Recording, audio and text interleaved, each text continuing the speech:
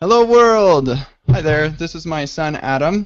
For those of you who can see, had a little bit of a family emergency and he wants the microphone, but we're going to see if we can get this to work anyway. I recorded an Egghead IO lesson about Git rebase once holding my son Adam. So yeah, we can do this. So today we're going to be talking about reactive programming in JavaScript. We have some experts on the subject here with us today we're really excited about.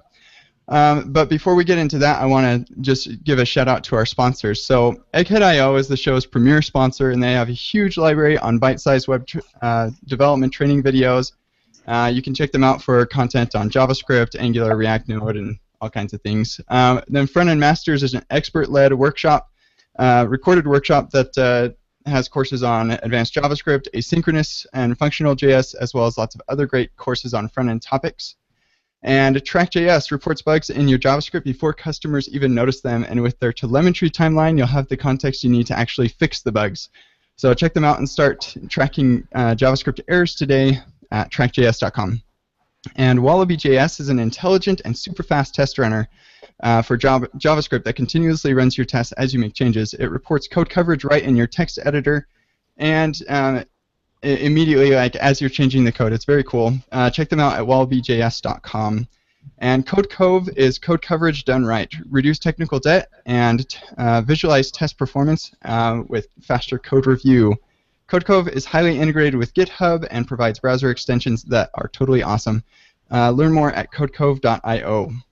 Awesome. So just a couple quick announcements before we get into our show. If you have questions for our guests during the show, you can tweet the hashtag JSAirQuestion, and we'll try to get to those.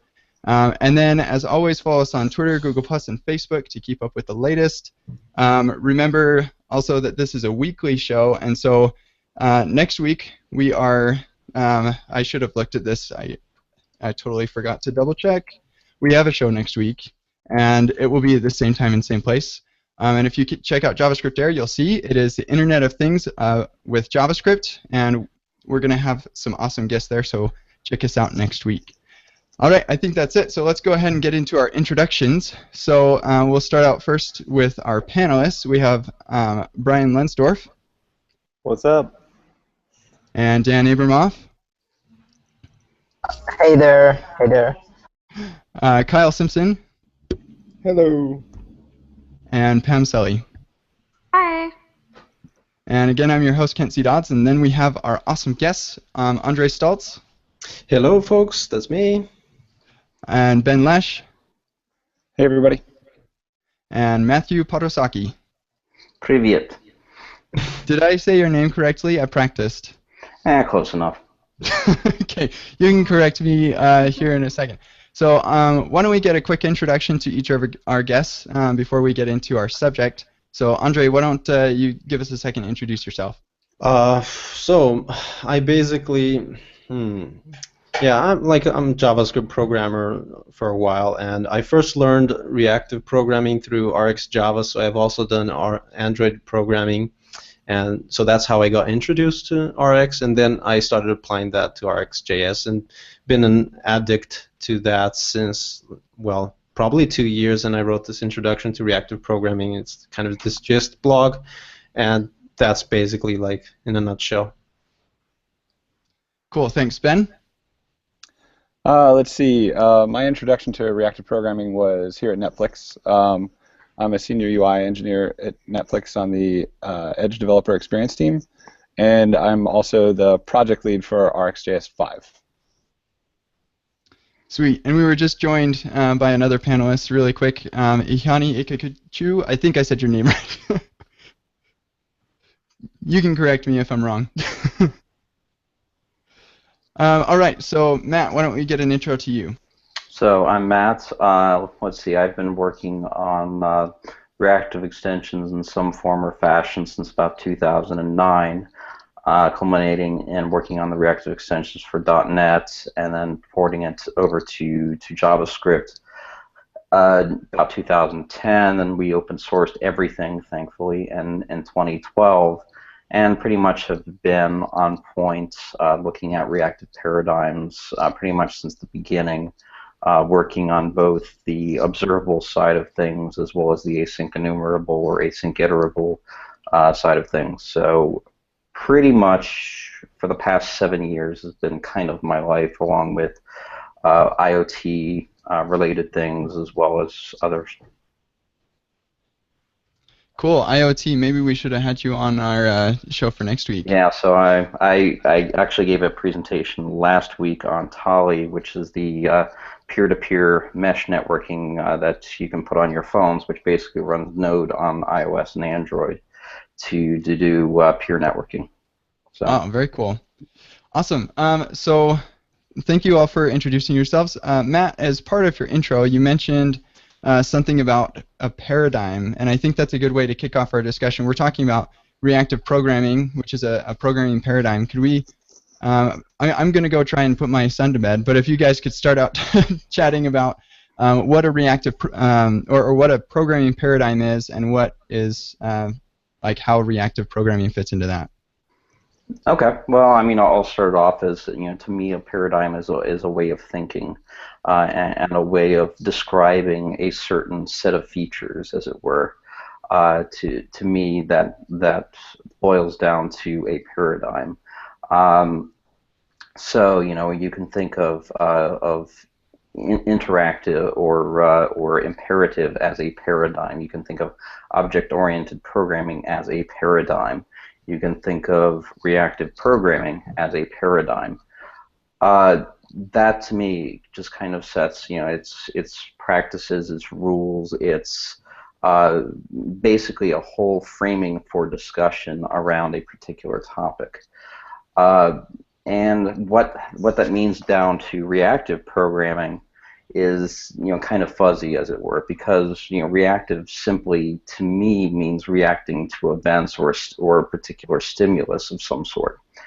And certainly we've been doing that since the very beginning of JavaScript. Every time since we could do a listen to an event, and so we could create those wacky mouse trails back in the DHTML days.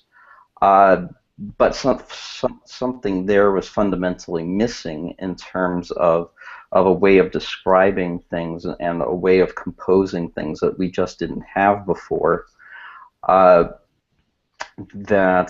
led us to where we are today, because just listening to events isn't quite enough, I think, to fully describe what reactive is, because I think it boils down to a few other things, such as reacting to users, that you're giving them incremental input or incremental output, as it were. You're reacting to load in some form or fashion, whether it's debouncing, whether it's throttling, some sort of back pressure. You're dealing with some sort of load. And reacting to failure. How exactly, if, for example, you're listening to a stream of events and suddenly you get disconnected from your data source, what exactly happens? Is there a retry scenario? Is there a reconnect scenario? Is there a give up? And those kinds of scenarios as well that fall into what Matthew, I think reactive programming is. Matthew, there. That's a lot. So Yeah. It is, but I kind of, so if we were to give it as like a short version, or really what I more so want to ask is to ask the rest of people on the show, is there somewhere where you disagree with Matthew's characterization? I basically started agreeing with you because you started saying that it's a way or of programming or a style of programming. It's actually quite curious. Well, you've been working a lot with Eric Meyer. That Eric once told me that it's not a paradigm. Well, referring to RX, that it's not a paradigm. That he thinks of it as RX the library or RX reactive. Okay, so that RX the library is not a paradigm. Well, that's what Eric Meyer says, but like what I would call it a paradigm, But I'm just curious, do you know or do you remember, Matt, why did he say that it's not a paradigm? He was more more interested in saying it was kind of a language or a domain-specific language for how we describe reactive programming. It's something that we saw was platform independent, that we could easily apply to to JavaScript, to .NET, to C++, to Python, to Ruby, etc. That it was kind of agnostic language, as it were, for a how language across languages. Yes. Yeah. Exactly. Yeah. Well, which could boil down to a paradigm, sure. When I think of a paradigm, I think of something that kind of takes over your application development. Like it's something that is everywhere. And I think some people do use reactive programming in that way, but it's certainly not, you don't have to. Like you can mix and match reactive programming and imperative programming, for better or worse. But yeah, you can definitely do that. But still, like, if you take the description of what you just said was a paradigm, like you can compare that with a framework. Framework takes over your whole application and how to build stuff. It's basically what the framework dictates, isn't it? So, like, I don't know. It's really, I don't know if I want to go so deep into it. It's really complicated. Yeah. Although it's fuzzy.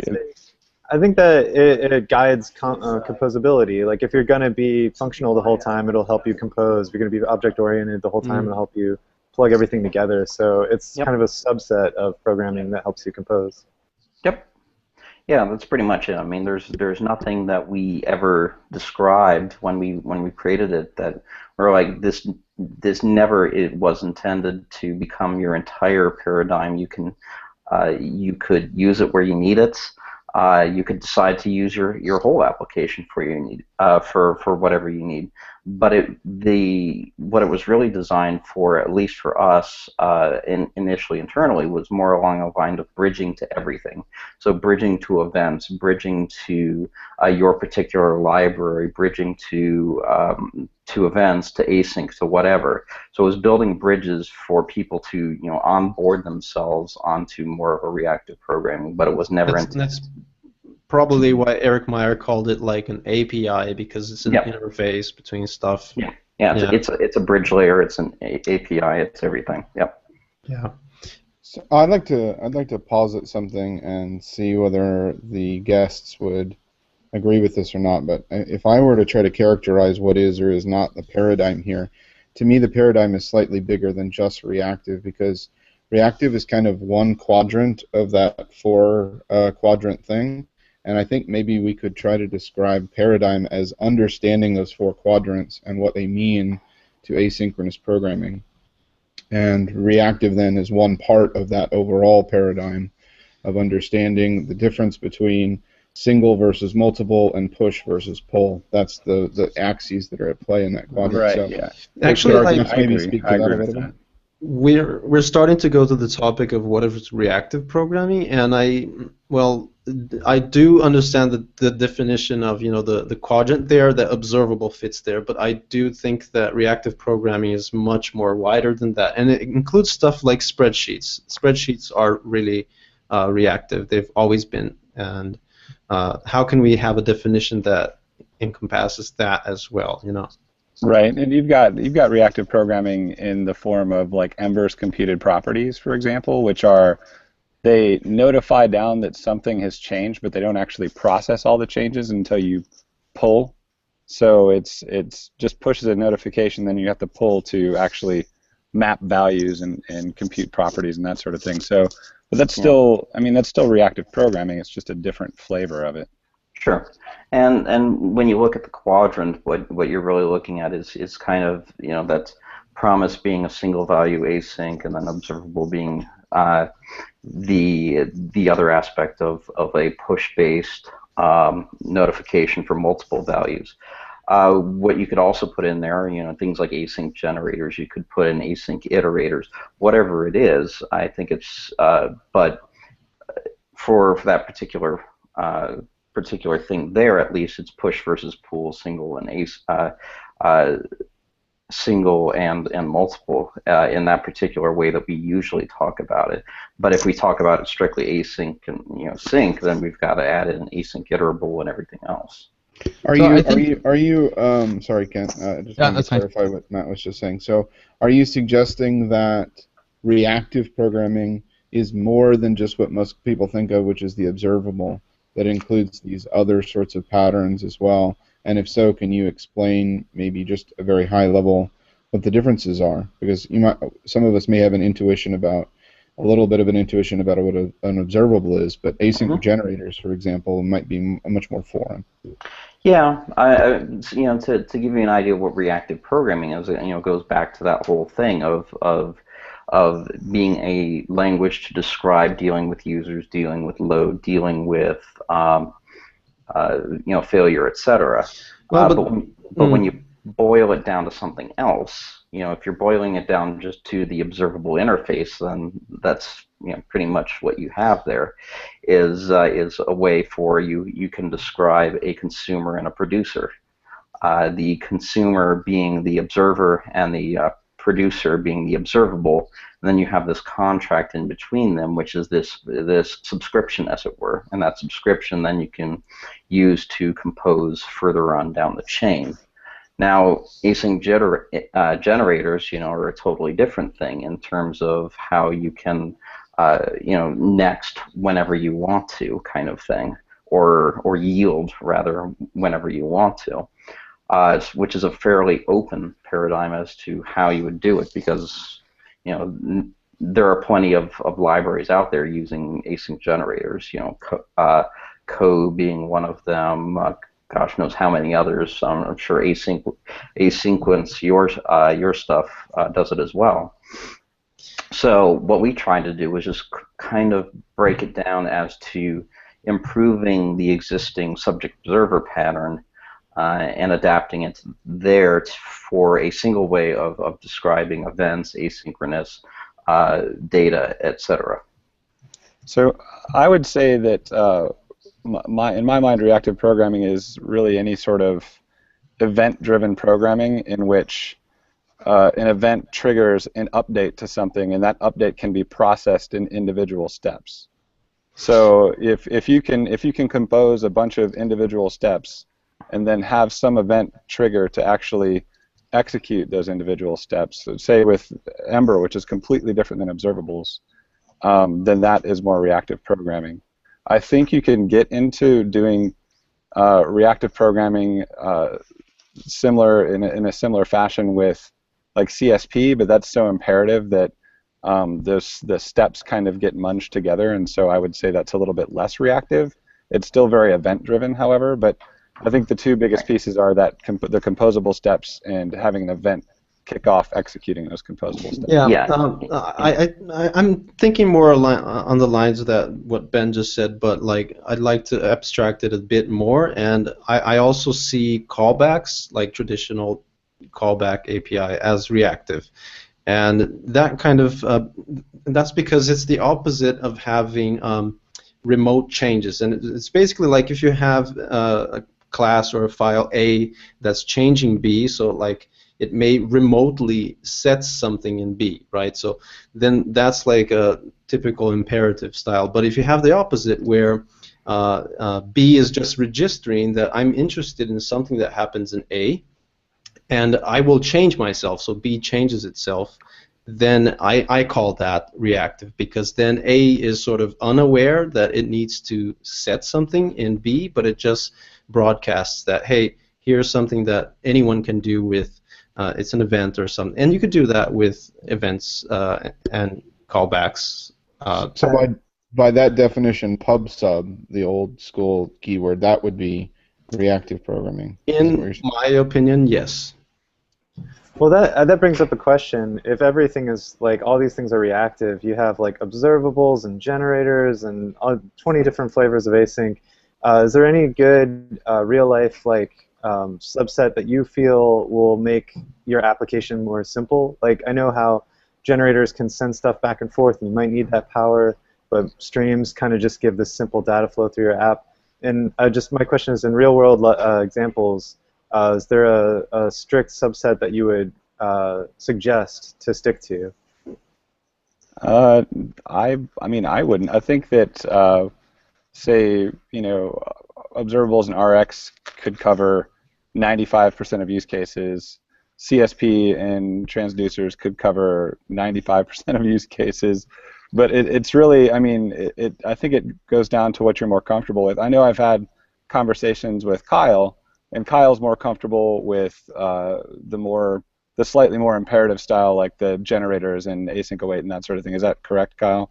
Than say like observables, where there's very much like a domain-specific language to observables that you have to learn. So it's like you're learning JavaScript, and then you also have to learn what a flat map is, and what a switch is, and all these other like keywords essentially that you're adding in. So I mean, what's best is. I want to argue with you about that for a second. Okay, good. So because I don't think those are observable things. I think those are list operations. Yeah, And there's a like functional collection API. Well, it's a monadic operation, yes. Or Oh, there we go. I was just only going to took say a that. minute I to don't mention know. the word monad. Someone, wait. How many minutes are we in before the word monad was used? Yeah. We'll I just threw it out we there should because tweet about it.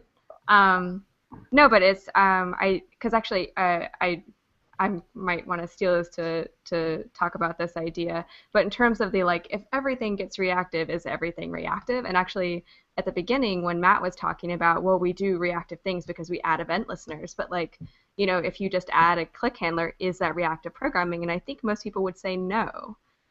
Kyle, what you have thoughts? So I just to kind of circle back a little bit to what Ben was just asking or clarifying. So a lot of people that follow my thoughts on the subject know that I sort of try to preach a middle of the road perspective on mixing different parts of these paradigms or patterns or whatever we call them together. The part that bothers me about the RX or the reactive API, I think that's what we settled on calling it, it's an API. The part that bothers me about it is that it really swings the pendulum very far, similar to things like jQuery, for example, where every single method in a method chain implies a loop that's happening over to repeat the thing over and over again. So it is asserted that that's very declarative, because if I call flat map, I know it's going to do that every single time a new value comes through. I like the idea that those methods exist, so I don't have a problem with the fact that there's a common operation called flat map, and we can have a vocabulary to describe that particular operation separate from other operations. The part that bothers me a little bit is when we swing so far to that side that looking at a piece of code, it's not terribly obvious unless I think about implementation that there's actually a loop happening inside of each one. I've seen that same confusion play out for more than a decade now with jQuery, and that's the same concern that I have, where we're kind of bringing a whole new school of people or a whole new generation of people into this reactive programming world. I don't want people to not think about what's actually happening. So if you were to take the operations out of the chaining API, it's the chaining API that I have a concern with, not the operations. I wouldn't say that like flat map and RX is looping over anything. Yeah, I wouldn't say it's a looping. Well, either. I think Kyle, let me take a guess at what you're saying is that because you create an observable, and so every time something new is pushed into the stream, that operation then happens on that. So in that way, it is loopy. Is that what you're saying? Yeah, I didn't mean a literal while loop inside. Right. Okay. Yeah. Right. But that you're like you have implied that future work will be done, and that might not necessarily be clear from the way it's written. Yeah. Well, and certain types of operations are more than just a one-to-one transformation. There are certain types of operations that are stateful, like, for example, distinct and things like that. Yeah. Again, those operations are useful, but it's not clear to me when I put a method in the middle of a chain that it's obvious that there are more things than just that function got called again. That's the part that kind of worries me about understandability. Well, in my opinion, it's creating like a pipeline of stuff. It's creating like, if you actually think of pipes, there you have this type of pipe and that type of pipe, and when something comes in, an event literally comes in, then it's going to be processed in a different way. So, and that is really data flow without a space between data and flow. There's actually a term like that. And it's useful, It's like you get an actual So when you read that chain that you don't like, you get to see the pipeline of how does this event come in and how does it come out, and how do these processing steps go, and each of these processing steps is just a single line of code. In my opinion, that's like genius. So Right. my analog to this is if we step out of the multi-value world back into the single value world, still async. There is a comparison that can be made between a promise chain, where we have all of the steps declared as callbacks to then methods in a chain, versus that same chain unwound into the async await / generator yield pattern, where the statements are synchronous. My argument is that those two are isomorphic of each other in that they are both equally declarative. One of them has the overhead of understanding method calls and translating error handling into an asynchronous paradigm, and one of them has the benefit of keeping it in a synchronous paradigm. But I would maintain that both of those are equally declarative in that you can clearly see the steps and that flow that you're talking about. Yeah. So if we take that mindset and apply it to observables as a chain versus what is the equivalent of that, it's that thing that I'm searching for, the equivalent declarative set that doesn't rely upon the chain. That's really the I totally get what you're saying when it comes to promises and async await. Like, that's really clear, and I think I agree with you. I don't like the then stuff. It's kind of complicated.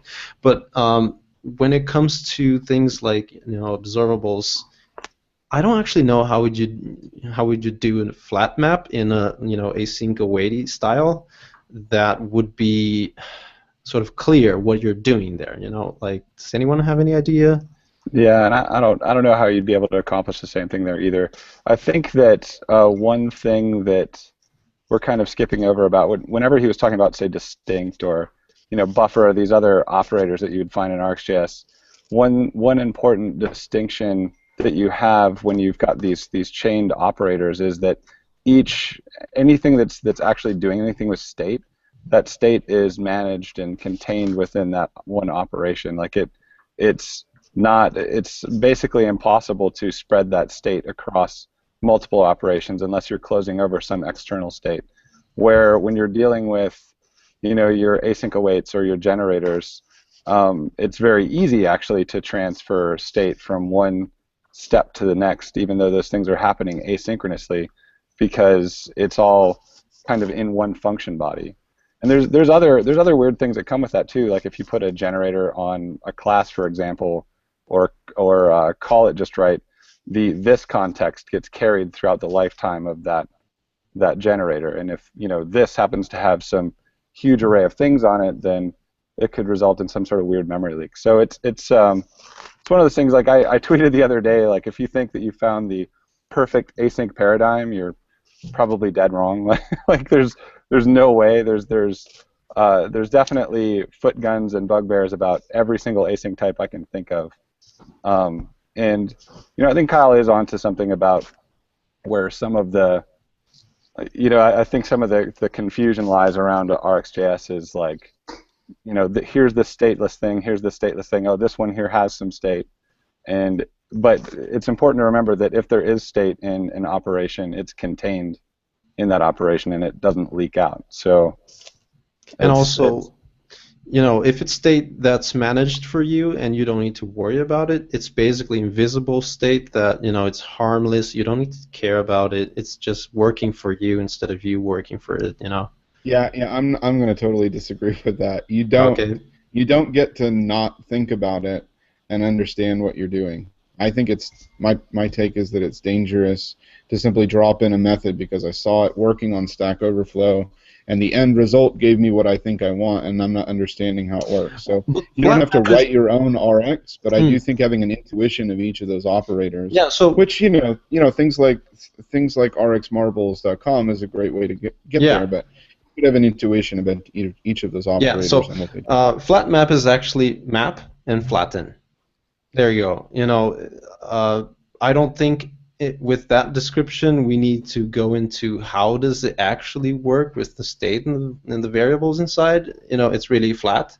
Map and then flatten. So what you're doing is like you're mapping to something higher order, then you get this weird crazy tree, and then you just flatten that. So that's flat map. I mean, Well, Yeah, I I want to think throw in, that I'm go for sorry. it, I was going to say I think that you know the argument that you wouldn't want to use something if you don't have a solid understanding of what it's doing. I mean, that could be made for people that don't quite understand async await. That could be made for people that don't quite understand like filter, map, and reduce on arrays, or Lodash, or any number of things. So I think that, I mean, I really do view, like, I think that there's a lot of operators in RX, and you're right. People shouldn't just be like, oh, that worked on Stack Overflow, I'm going to use it.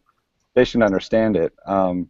But I mean, again, it's a whole domain-specific language around managing asynchrony in chains, and I think that it's important to understand the pieces of those languages before you use them, like you say. But there's a learning curve to it, and that's the downside, really. I just wanted to throw in there that I think people find it difficult to build these chains up, much like it's a lot like writing SQL. You mentioned spreadsheets earlier. It's like a set theory based kind of like composable API that gives you a lot of abstraction for implementation underneath. So you shouldn't really care about the implementation underneath, but it's difficult. So do you have any? This is my last question. I'll leave other people. But does anybody have guidance for people struggling to write these long pipeline-based chained expressions because it's easier for them to just drop out and manipulate a value or something like that? As like a quick guideline, I could say that you should write down what do you have as an input and write down what do you want as an output. And usually what you have as an input is something like clicks or responses, and those things happen over time, so they're unobservable. And then you need that you need to have like a stream of, let's say, a text that's evolving over time. So that's a stream of strings, and then okay, I need to get from here to there. That's like your basic. That helps you to know a lot what you need to do, and then you need to discover the intermediate steps between that. Then you get a pipeline. No, you're absolutely right, and it's kind of like going back to the old UML flow diagrams, or as we came up with these marble diagrams, this way of describing what we take from our input and how we expect our output to look in some form or fashion. And what we also, kind of encourage people to do is treat things like these operations each as a Lego block unto itself. Now, this Lego block that you can take and you could, continue to build onto it, or you can use it to feed as input to others. If you treat it as small reusable components, that's great. If you're worried about 14, 15 operations in a row, just composing it gets a lot trickier when you think about doing it that way. That's why like I said, I like to whiteboard, and I kind of like to to draw out what is my input and what is my expected output, and what kind of Lego blocks do I need in order to move it along. Oh, go ahead, One Pam. thing. Go ahead. So was that the first mention of marbles in the show? Yeah, it was. I think so. Or maybe the second. So just to clarify, because if it wasn't mentioned, I was totally going to steal it as my pick for the show. But Andre made this awesome project, RX Marbles, that has some visuals to help people understand all these methods that are used in the RX libraries and other libraries like them. So it's rx.com. Andre actually carried that idea over to RX5 integration tests too. I got to implement it, which I'm excited about because it was fun to implement. Yeah, but, you did it first. I wanted to do it, but you did it. I stole it. But it basically you can go in and you can look at unit tests for various operators and get a fairly solid idea visually of what those operators are doing. So. It's pretty cool. Yeah. So for who doesn't know, like Ben and I, we maintain RxJS version 5, and Matt maintains RxJS version 4. Matt is the creator of RxJS. Yes, he's like super special. Well, it's more along the lines of, people are like, oh my God, there's a split. Not really. I mean, when you get down to it, the language is still relatively the same. And I don't say myself as a maintainer of X or Y version. I'm more along the line, say that, I've been involved in the very beginning. I intend to stay involved. But right now, obviously, we have a lot of people that are using 4 and continue to want to use 4 Yeah. just for its semantics that are different, and not every operator is there yet for 5. So what do we have to do? Well, we have to continue to maintain what we have as the legacy. So that I don't see as going away anytime, in the relative near future. But I would certainly nudge people more towards 5 in the future. But there are certain things, certain experiments that we did that'll probably not go forward. Whether the back pressure things that we did were right or wrong, whether people want that or not. It's any number of those kinds of things. And I've got a number of experiments that I'm still doing in terms of state management and so forth to make it look and feel and act like much more a natural part of React than it is right now. So I've got a ton of things going there, as well as working on helping on the observable spec and helping on async iterator, which I think is a nice dual to observable in a way that the last thing you'd want to do is read a file contents and have it all shoved at you at full speed. The idea that you can pull incrementally, asynchronously, is a very big deal. So I wanted to.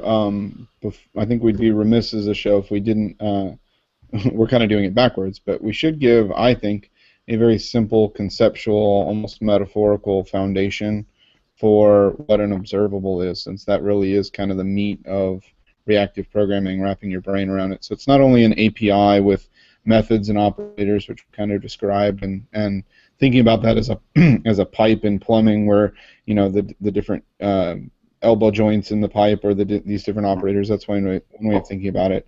I'm also it's very common to be described as a spreadsheet, and I think Andre kind of briefly mentioned that earlier. So I'd like somebody to explain the spreadsheet before.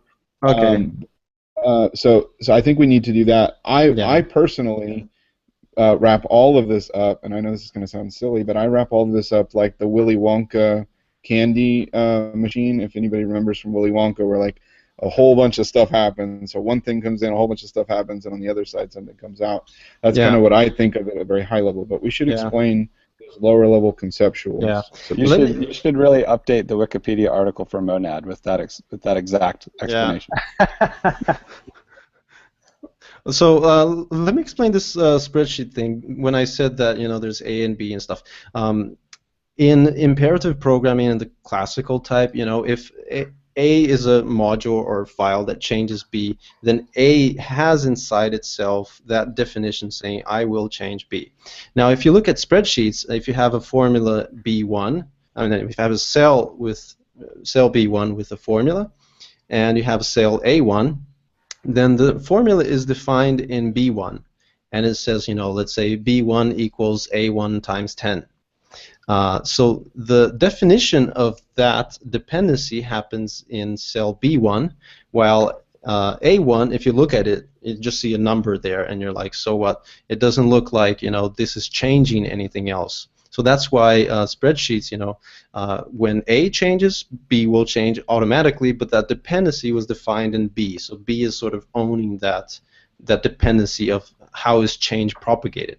Whereas with imperative programming, you would have to define when this cell A changes, I have to go and change B as well. And B would be like passively waiting there, Is it fair to say then that one of the characteristics of this reactive paradigm or way of thinking or whatever we call it is that it's a declarative way of separating producer from consumer and deciding that the consumer is this set of steps and the producer is this set of steps, and the relationship between them is like the relationship between those two cells?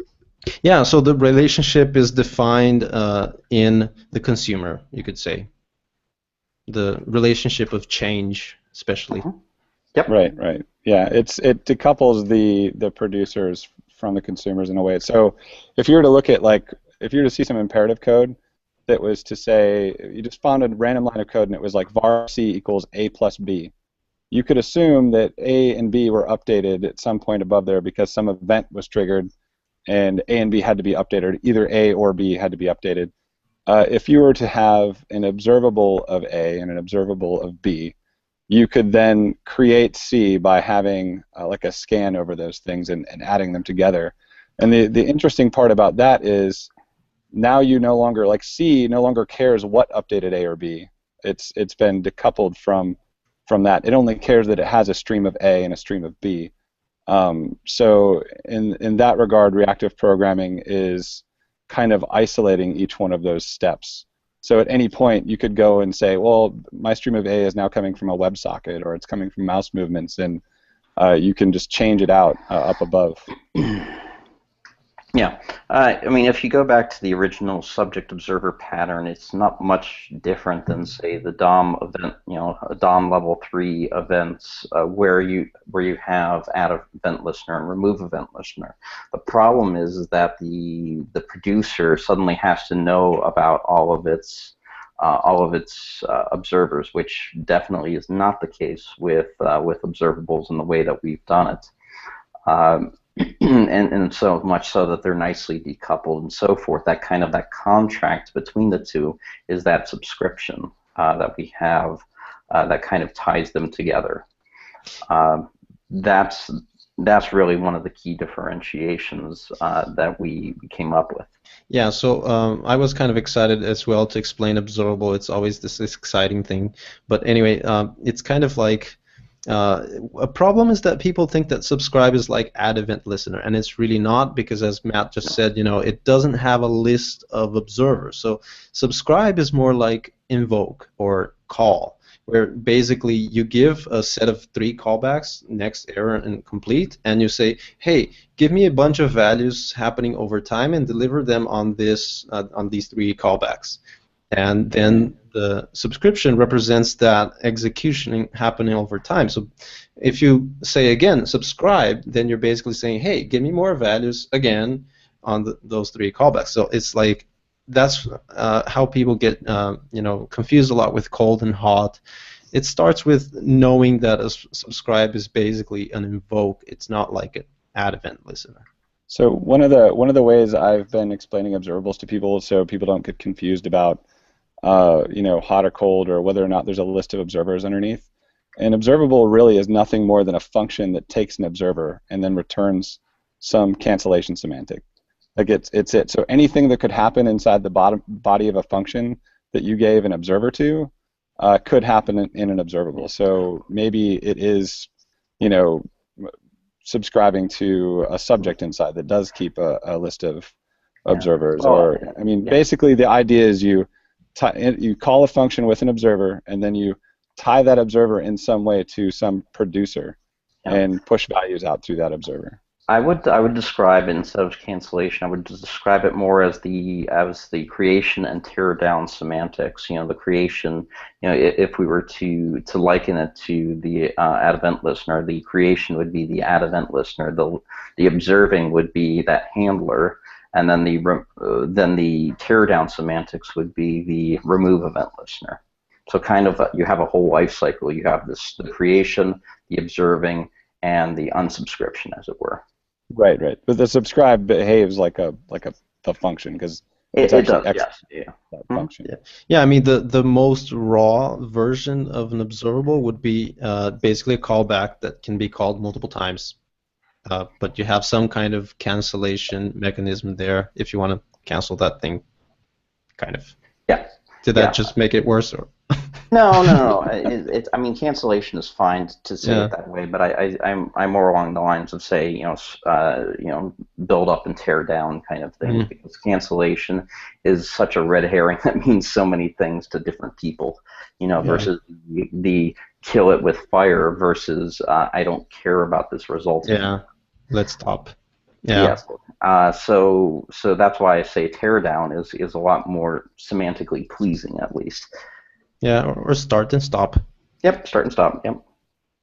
Cool. Wow. I'm going to have to listen to this another 2 or 3 times to Okay. really have everything sink in, I think.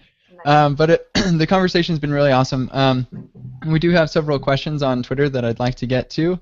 But is there anything else in like particular before we get to questions and tips and picks that anybody else wants to really quickly talk about?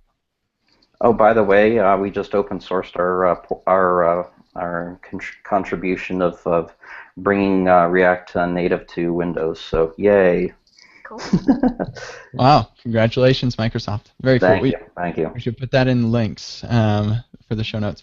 But, cool. Okay, let's get into the Q&A from Twitter. So I won't be able to get all of these, sorry, but I'll get most of them. I'm going to say your name wrong again. It's Huron Engels. Yeah, that's probably wrong. I keep saying it wrong.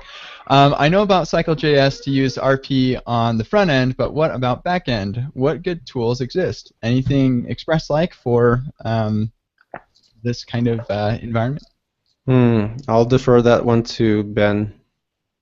To me, I believe I've seen RX Express implemented. I'd go look under Paul Taylor's GitHub profile. He's probably got something under there.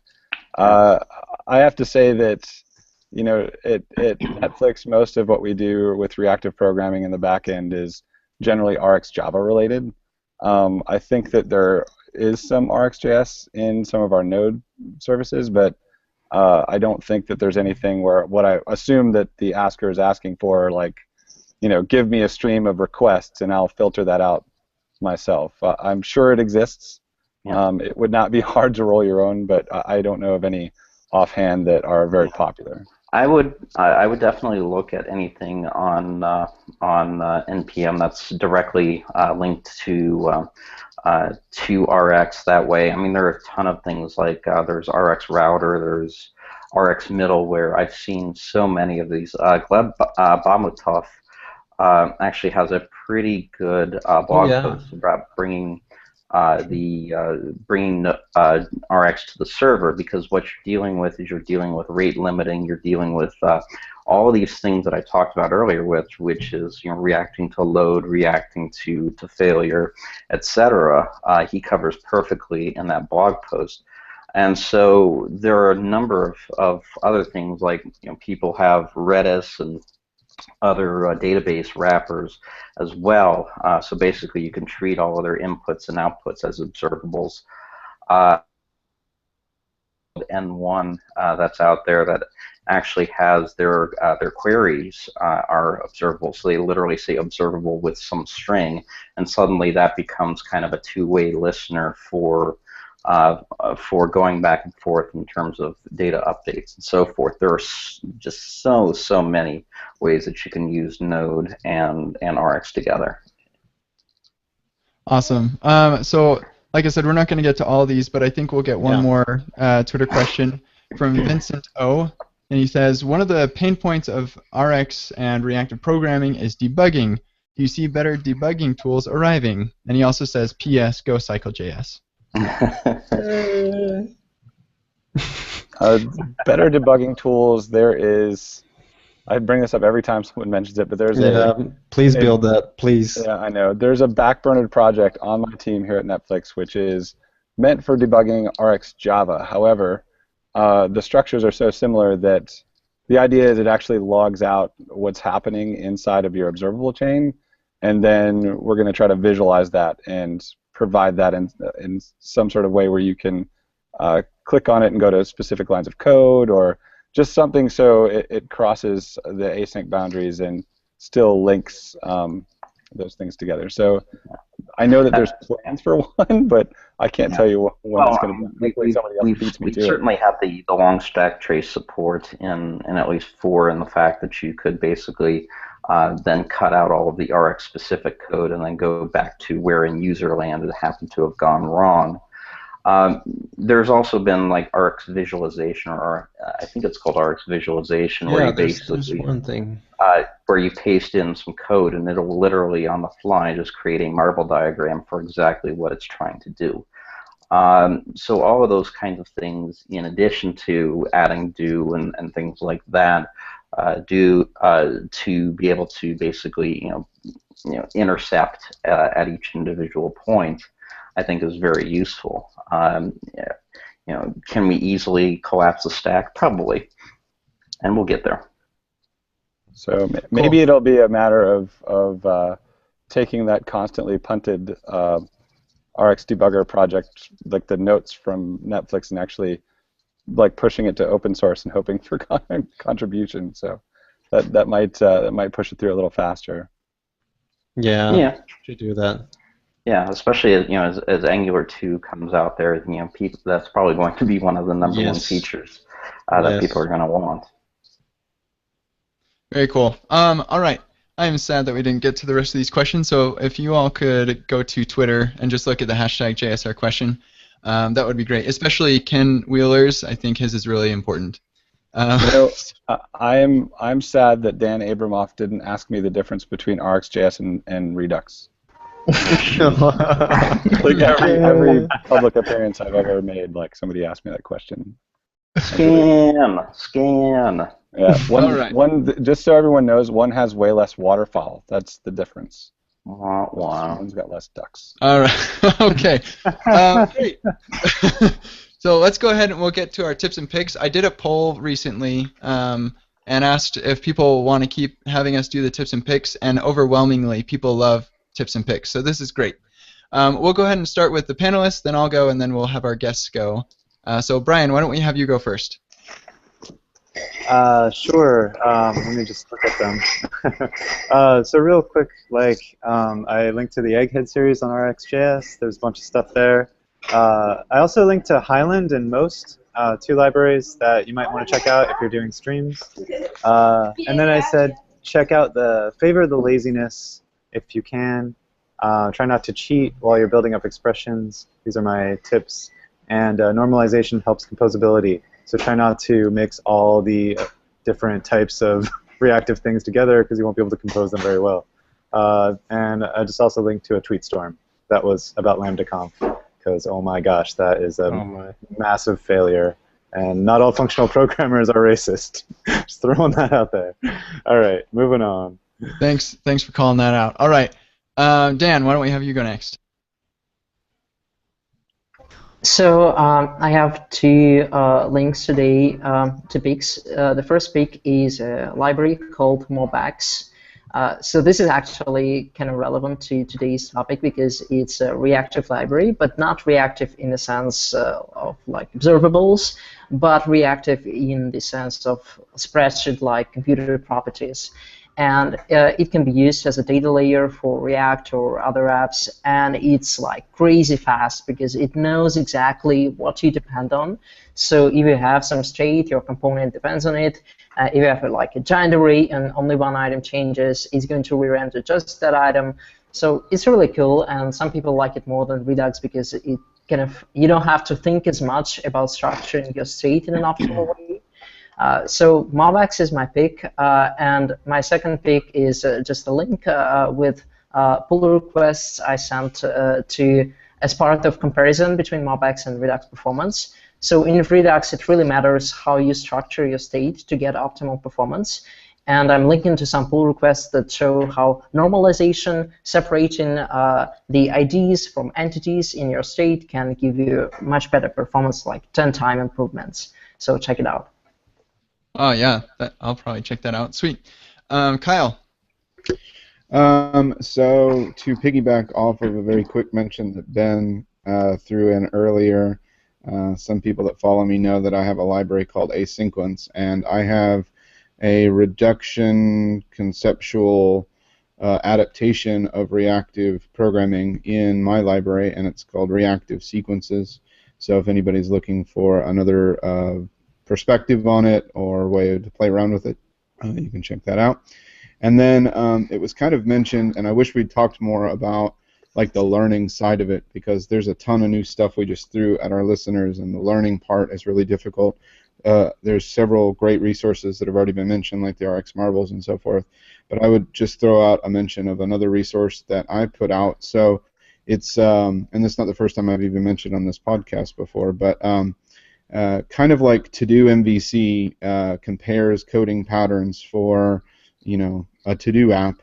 I created a little application to create a comparison, side-by-side comparison of coding for some asynchronous tasks. And that is called A Tale of Three Lists. That's up on a GitHub repo, and I implemented the code 7 different times using 7 different variations, from callbacks all the way up through reactive and even CSP and stuff like that. So I would love to have more contributions with other people chiming in and either improving or whatever. But I think it's a place where you can kind of start looking at a code base and understanding the relative pros and cons of promises versus observables versus other things. So how do you feel about cancellation? Oh, come on, that's its own podcast altogether. Let's cancel that question. I think you should get people drinking before that podcast too, just so they really tell you how to feel. That's the fun part of having this be a live show, is we can't cancel that comment. So cool. Pam, you're next. Am I the only one who can't hear Pam? I cannot hear her. Sad. I'll go next, and then we'll try again, Pam. So for my tip, if you're feeling overwhelmed, make a to-do list and focus on one task at a time. That's a valuable skill. I also pick my son, Adam, because he's great. And he's causing some trouble for me now. Aphrodite is this open source library that's mantra is, it's inline styles, but they work, and it's really good. Autocomplete emojis, this is a package for Atom that is awesome. And I have a link to some stuff that I use for my Egghead.io lessons, recording those, so check those out. Pam, can we hear you now? I don't know, can you? Yes. Cool. Okay, so I'm picking something that we alluded to in the podcast, but I don't think we explained it. And so I'm picking Fantasyland as my pick, since if you don't see the video, there's a face palm going on, I think.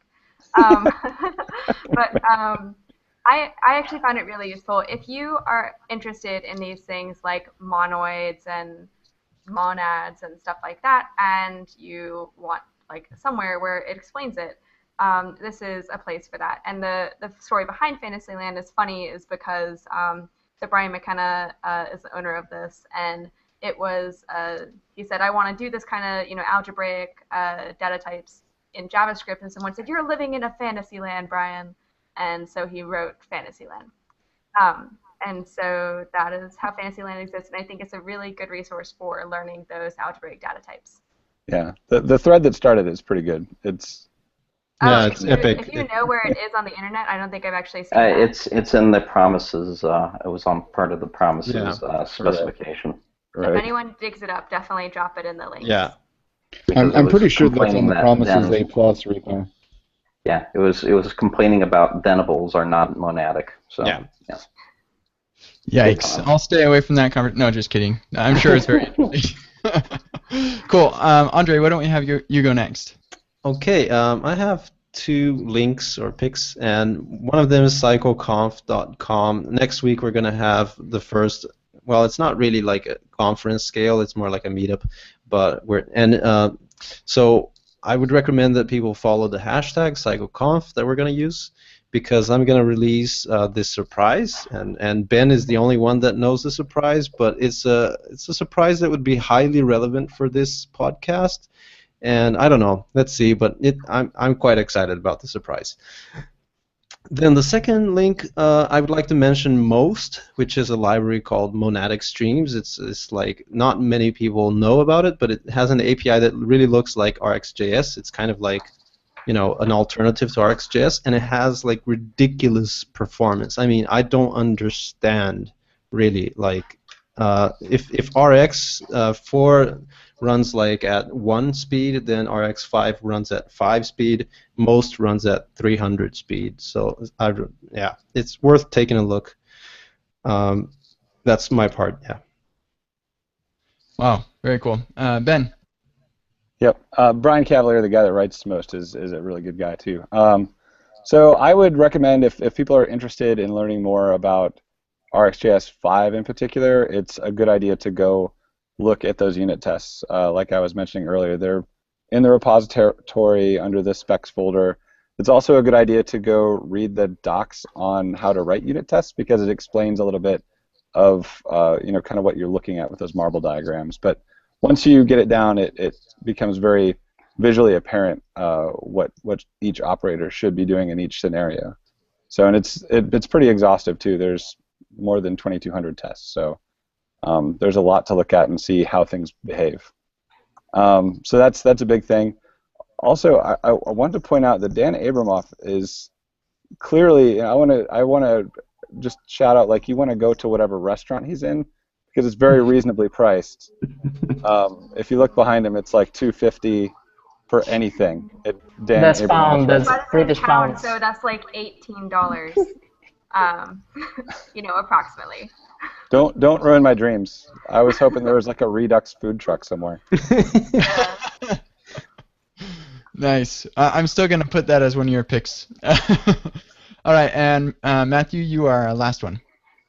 All right, so obviously we did the React for UWP, yay, as well as we released the F8 app along with that. So, it's still got a ways to go in terms of the CLI work and so forth. Other stuff, like I said probably earlier, check that out, where you can talk to your talk to your friends over iOS and Android, and no cell phone nor Wi-Fi access needed. Lastly, IXJS, as we're finally getting off the ground again, the interactive extensions for JavaScript, which is more along the lines of doing what Lodash does, but also adding async iterable, which is a upcoming standard, and I'm trying to work on that as well to see how we can work on additional async paradigms. Cool. Thank you for that. Awesome. And apologies for the weird audio stuff. Okay, so let's just wrap up this show really quick. Just want to give a shout out to our silver sponsors, O'Reilly FluentConf, Auth0, Trading Technologies, and SparkPost. Check them all out. You can get links to them on our website, javascriptair.com. Also, we sent our first newsletter this last Monday, and the newsletter is show notes as well as a couple behind-the-scenes things and some like highlights from the show. So go to jsair.io/email and you can sign up for our email our weekly newsletter about the show notes. If you have suggestions for us for the show, go to suggest.javascriptair.com, and if you have feedback for and that's suggestions like on guests and topics that we should cover in the future. If you have feedback about the show, suggestions in that vein, then go to feedback.javascriptair.com. And then remember, next week our show is Internet of Things with JavaScript, same time, same place. And as always, check us out on Twitter, Facebook, and Google+ to keep up with the latest. And with that, I just want to say thank you, everyone, for coming. I feel like this was a great show, good introduction to people, and a little bit of a deep dive, too. So thank you. See ya. Thanks.